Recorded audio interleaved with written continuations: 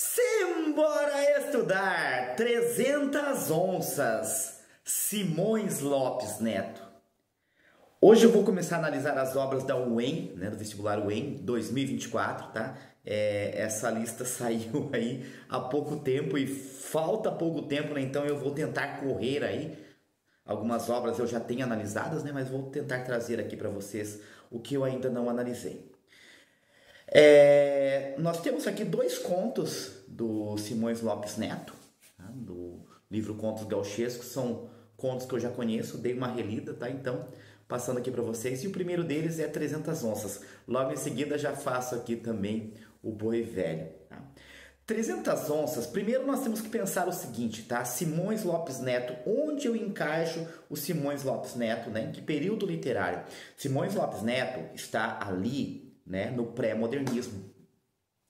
Então, enquanto nós temos, ou por exemplo, Lima Barreto escrevendo lá no Rio, né, sobre a vida no subúrbio do Rio de Janeiro, nós temos o Monteiro Lobato escrevendo ali sobre o caipira em São Paulo, nós temos o Simões Lopes Neto escrevendo sobre o gaúcho lá no Rio Grande do Sul.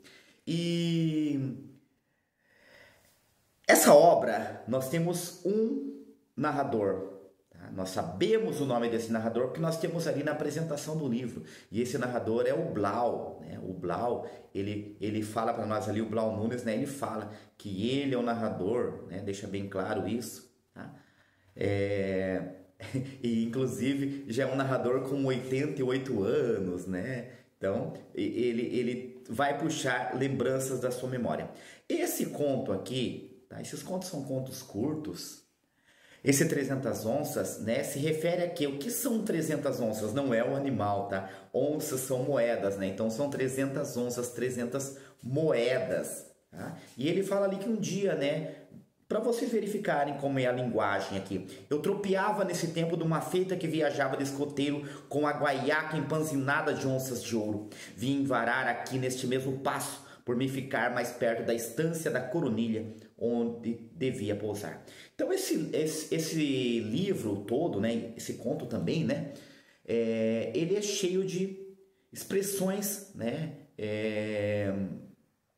gauchescas, né, contos gauchescos, expressões gauchescas, como apareceu aqui guaiaca, né, onde guarda ali, né, o dinheiro, né, como se fosse, algumas regiões chamam de bornal, borná, piquá, enfim, né, cada região tem o seu aí, o seu nome, né, e isso era a guaiaca, né, e ele trazia ali cheio, né, de moedas de ouro. E aí ele conta o quê? É muito legal, né, característica aqui, nós temos que pensar que é um narrador de 88 anos, né.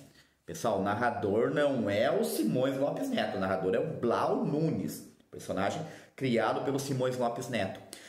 E é muito legal uma característica, né, de todas essas narrativas, que ele fala algo, aí ele volta para contar, como se fosse a lembrança. Ah, esqueci de me dizer, né, esqueci de falar sobre isso, lembrei agora, vou falar sobre isso. Então, é a memória dele ali funcionando.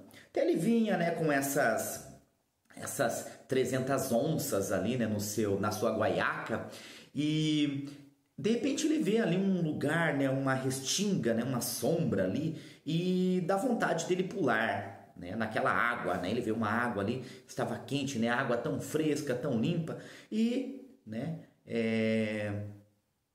ele resolve pular na água. E ele sai de lá, né, monta no cavalo, e aí até ele fala, né, esqueci de mencionar o meu cachorro, o cachorro lá que às vezes me acompanhava. Só que no caminho, né, para onde ele estava indo, o cachorro começa a latir como se estivesse voltando, né? Aí ele fica, né, o que esse cachorro está querendo, né? Mas o cachorro ficava latindo o tempo todo e ele segue. Quando ele chega lá na estância onde ele ia dormir, né, ia passar aquela noite, né, viajando, ele percebe, nossa, perdi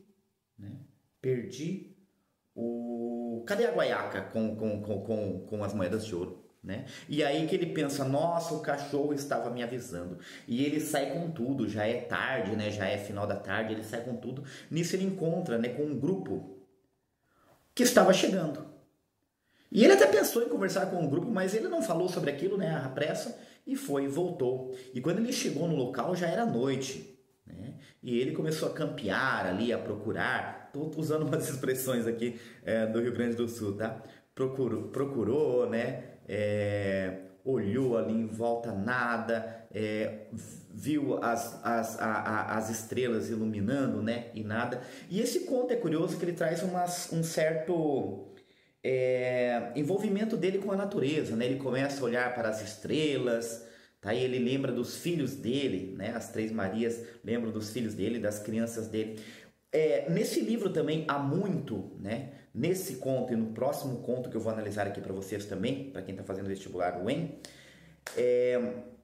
dessa coisa do animal. O animal é muito presente e como o animal é bom, tá? Nesse caso, o cachorro ali que queria avisar. Mas nesse conto não é só o animal que é bom, né? E aí ele olha, ele procura ali em volta e não acha.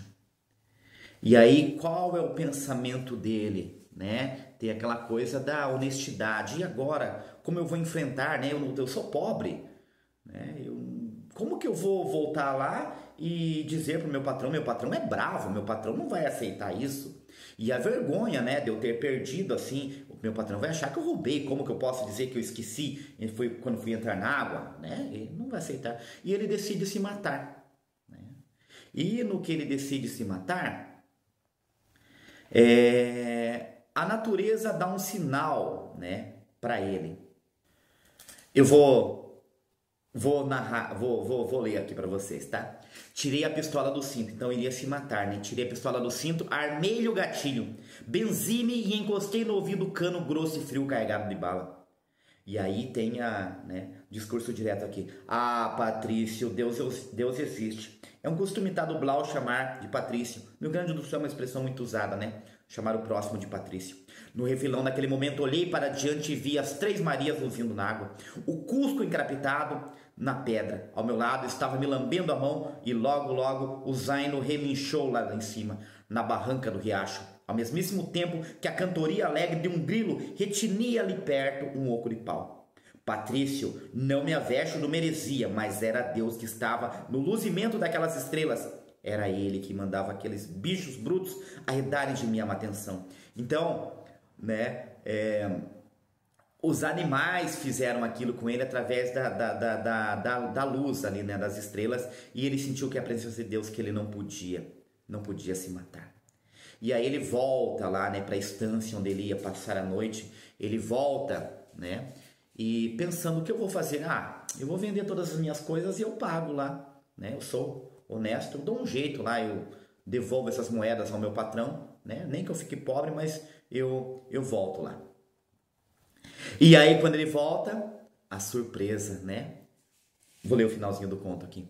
Então fui a PM no galpão, arrumei as garras e soltei o pingo que se rebocou com ganas. Então fui para dentro. Na porta dei o louvado seja Jesus Cristo, boa noite, e entrei. E comigo rente o Cusco. Aqui está Jesus Cristo mesmo, tá? Na sala do estancieiro havia uns 4 paisanos. Era a comitiva que chegava quando eu saía, corria o amargo. Então a comitiva, né, que estava chegando, lembra quando ele saiu? Estava lá. Em cima da mesa, a chaleira, ao lado dela, enroscada como uma jararaca, na ressolana, estava a minha guaiaca, barriguda, por certo com as 300 onças dentro. Então a sua guaiaca estava lá, né? O conto nos indica que aquele pessoal, né, da comitiva pegou e estava com ele ali porque não pertencia a eles. E houve uma risada grande de gente boa. Eu também fiquei me rindo, olhando para a guaiaca e para o guaipeva, o cachorro, né, arrolhadito aos meus pés. Tá? Então, pessoal, percebam aí, né, esse conto traz a honestidade, tá?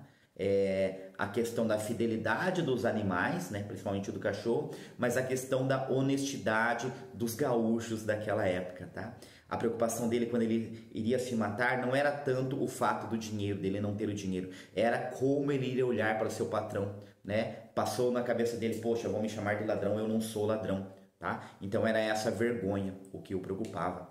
E os homens ali acharam o seu dinheiro, né? A sua guaiaca ali cheia, né, com as 300 onças e devolveram para ele. Beleza, pessoal? Espero que tenham gostado. Por hoje é isso e simbora estudar!